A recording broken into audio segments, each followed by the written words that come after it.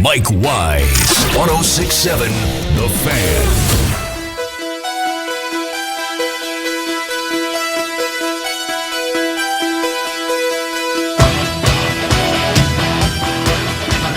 Very honored to be joined today by Robert Weiner.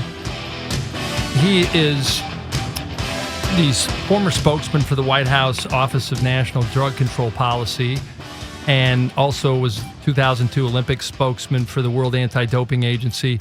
He assisted in both the creation of WADA and the United States Anti-Doping Agency. How are you, Dr. Weiner?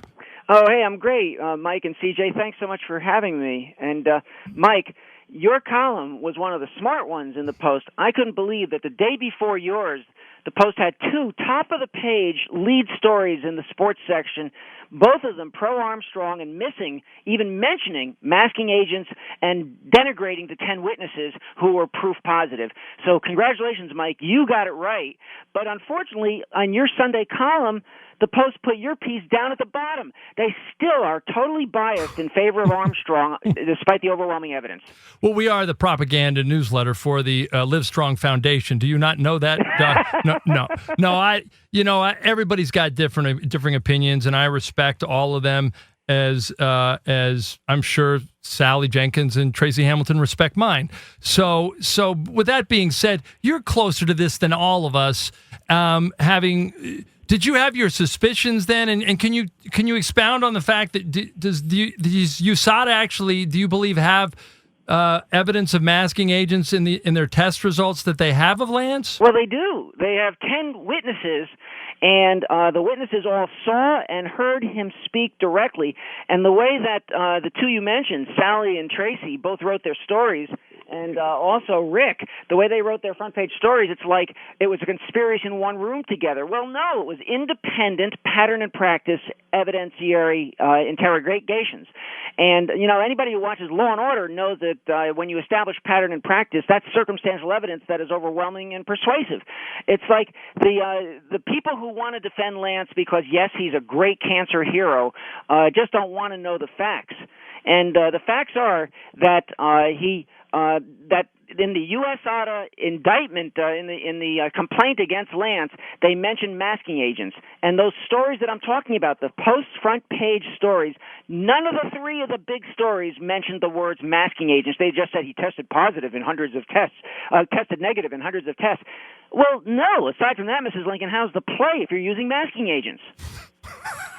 So did you have, when you were forming, I guess, USADA and WADA right. years ago, was there whispers about Lance Armstrong being dirty? Was it something that because people wonder, why would you go after a guy after he's retired? And isn't this about an over ambitious director of USADA, Travis Tigert, basically wanting to put a big buck on his wall? Look, I'm as pro-civil liberties as the next guy, and I actually defended Marion Jones until evidence came out. I kept saying, well, then the evidence came out, and it was the same kind of thing. When I helped create WADA and USADA, Frank Shorter, close friend, he comes to my house, we stay together, we run together, who's the Olympic chairman, U.S. anti-doping chairman, USADA. He said, look for EPO, look for human growth hormone, and look for steroids. Those are the big three.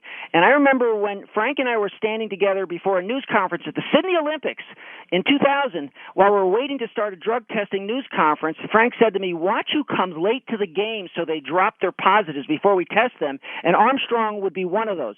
Sure enough, Armstrong comes along and gets the bronze at the Olympics. He's been doing this for a long time. And so, it's just... we know that the science has to catch up to the cheaters, that we can test for the big three that Frank mentioned, but we still can't test really for human growth hormone, and Major League Baseball doesn't even have a good test for human growth hormone, and you remember the Mitchell report said that half of Major League Baseball players use human growth hormone, according to the witnesses that testified before them, but they can't identify them because they don't have the testing for it. And likewise, the masking agents. If you talk with the people who who run the labs, they'll say it will cost thousands and thousands and thousands of dollars to develop the tests for the masking agents that will allow the cover-up drugs that cover up the banned drugs to be found. And so that's where we are. And so that's why you have to have what's a new tactic, Mike. It's a new tactic of using evidentiary witnesses, not just the tests themselves, to corroborate when someone is dirty, and that's what happened with Lance. And, he kept denying it. Everybody would go on TV, and they'd say he did it, and he just wanted to keep denying it. The fact is that not only Armstrong, but they don't even know who to give the win to now, because all the second, third, and fourth place people were all dirty too in cycling. Well, that's what I was going to get at. Play devil's advocate for a second with Bob Weiner, the former spokesman for the White House National Drug Control Policy Board, who also helped found both WADA and USADA. Isn't it possible that the guys who helped them win these titles didn't have their contracts renewed by his team? And when you get 10 people, even independently, that he's a brash guy. He's a champion. He's got a king-size Texas ego. Couldn't Lance have alienated them all at different points, and they just decide, you know what, we're gonna put it to this guy. We're gonna put the screws to him. We're gonna conspire to tell everybody he cheated, even though we're not for sure even ourselves if he did. All the details matched in the 10 witnesses, and when you have that, it doesn't matter what the motives are. What matters is the facts. So Armstrong is trying to make up a set of facts, but you can't do that. The facts all matched. And there's something else which stunned me at the time. I remember Armstrong going on Larry King years ago and saying, I didn't dope. I remember the same week, Mike, Bristol-Myers Squibb had an ad on TV with Armstrong, and it said, "We cure cancer." And Armstrong said, "The drugs saved my life." And then Bristol-Myers Squibb goes on and says, "The drugs we give are steroids and EPO for cancer."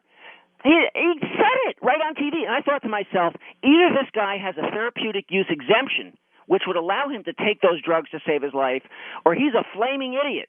It turned out he did not have a therapeutic use exemption, and he is a flaming idiot. He absolutely doped, and he said it on TV. All you have to do is go back to that archived ad from Bristol-Myers Squibb where he admits taking the steroids and the EPO, and Bristol-Myers Squibb says the drugs we give to cancer patients to help save their lives.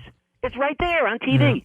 Go ahead. Call me ignorant. I don't understand how we got to this point, how we got so far along, if he failed tests before. Well, he didn't fail the test because he took the masking agents, and that's what the Post reporters, as I said, aside from that, Mrs. Lincoln, how's the play? They didn't mention the word in the 3 stories about masking agents. The masking agents are ahead of what the Olympics can test for. They hide it. They cover it up. They're designed to cover up the banned drug positives. Okay, so we just have people that know that he took the masking agents. Correct. And there's no failed test. As Mike says, there's a column. There are witnesses that kick off the drugs that he's actually admitted to when he was speaking truth to power. Well, there's also Bob. There's also, I believe, a report from Tyler Hamilton, his former teammate, right, that he was told by Lance that he failed the drug test in 2001 in Switzerland. However, coincidentally, Lance had donated $25,000 to the International Cycling Union, and the people that test for that, as they are, for some reason that test went away. Well, there's that, and there's also that the tests die. That's what Frank Shorter was telling me, as we were standing there at the Olympics before we started the news conference. You wait long enough, and the drugs disintegrate over a matter of a couple of days. So if you wait long enough, your A test positive and your B sample, they're required to do an A and a B, don't match. And Marion Jones got away with that at one of the USA Championships. Her A tested positive, and then by the time she got to the B, it didn't match. So basically, given what you know and your own research and your own expertise in this field, are we, even in baseball and beyond, should we believe what we see anymore? Or do we assume every time a guy has an unbelievable performance, he's hyped up on something that's illegal?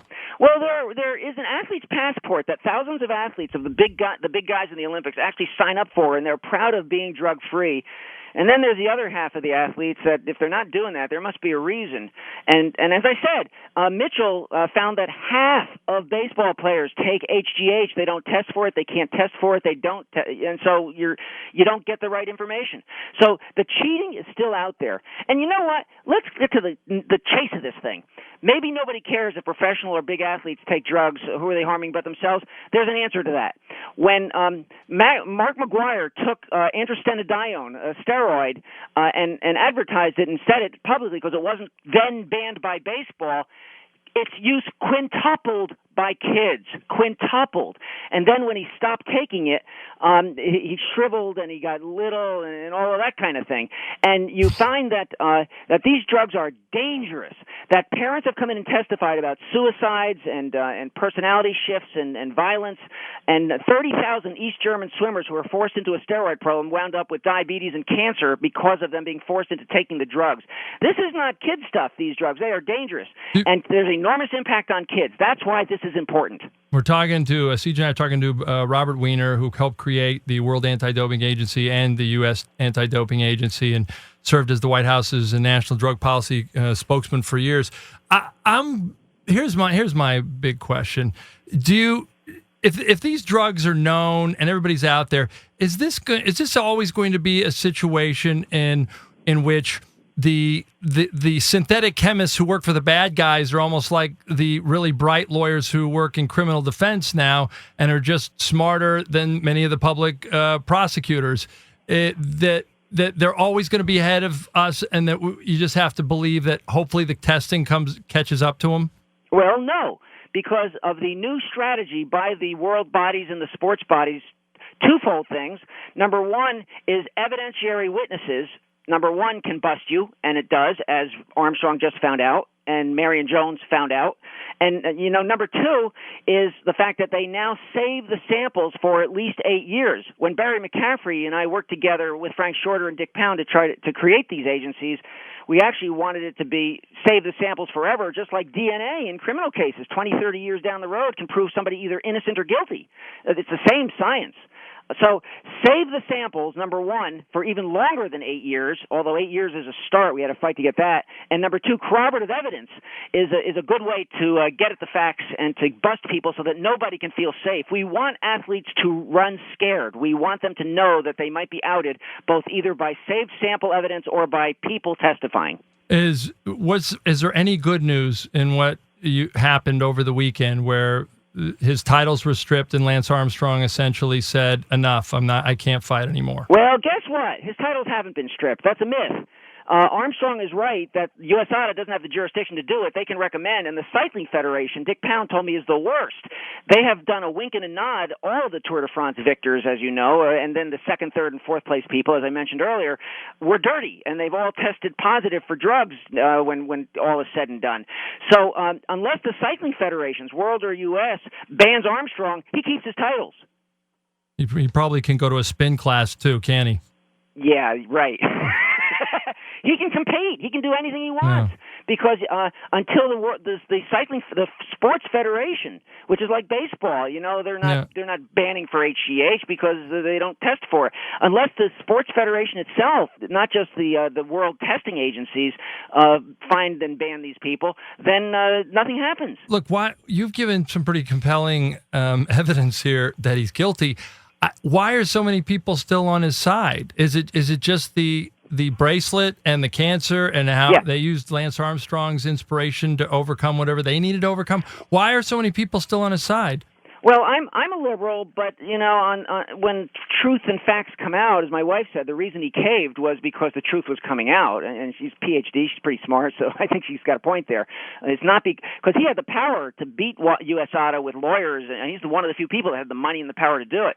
I think it's the civil liberties issue, Mike and CJ. I think it's a question of civil liberties and cancer. It's are we being fair to the athletes? Are we being partisan? Are we being not in this case, non-biased Yeah. in this case? Are we being fair on this? Are we giving them due process? Well, the answer is Jesus. Armstrong has had due process over 15 years of time, and so now it's time that the pendulum swing to the justice and the truth and the facts, and that's at least what USADA did. But the pressure now has to go on the cycling federations to actually ban them and take the recommendation from USADA, or else the whole thing's a sham. Siege, do you have anything else for Bob Weiner, who's enlightened us today? No, I mean, very much so. I mean, the only thing I would say is why, when you said that he had all the lawyers to challenge this, why did he quit now then? Because he knew that he was going to be embarrassed by the 10 witnesses in the open arbitration that USADA was about, and they probably still will do it, by the way. There's no reason they should stop. But he was about to be embarrassed, and all these facts are going to come out. Didn't they have an no open... matter what he says about bias of the witnesses and their conspiring, it's nonsense, because you get 10 credible people and they say this stuff, the facts are going to come out. Didn't they have an open arbitration with the Floyd Landis deal, and Lamont got up there and basically had to say how Landis's people tried to blackmail him by knowing that he had been sexually abused as a kid, and it became like a huge, monstrous thing, like that these things shouldn't be open anymore, or is that just we know that these are open arbitration hearings and everybody would know the facts? Open arbitration hearings and everybody knows the facts, and if somebody comes up with conspiracy nonsense and all of those kinds of things, the public can sift through what's fact and what's fiction. All right. Thank you very much, Bob Weiner, who's now president of Robert Weiner Associate News, Public Affairs and Issue Strategies. Very enlightening. Have a great rest of the week. Thanks, Mike and CJ. Thanks for having me on. All right. Great. Siege, did that convince you? Well, I mean, at the end of the day, he has the last laugh if he doesn't get stripped of all of his Tour de France titles. True. But he can't ride ever again in a race. Was he going to anyways? Well, he's doing all kinds of other things. He's doing triathlons. He's doing marathons. Okay. He's got plenty of money though, and he doesn't lose his Tour de France titles. All right, Lance Armstrong. Which side are you on? We closed the show out with that today. 1-800-636-1067.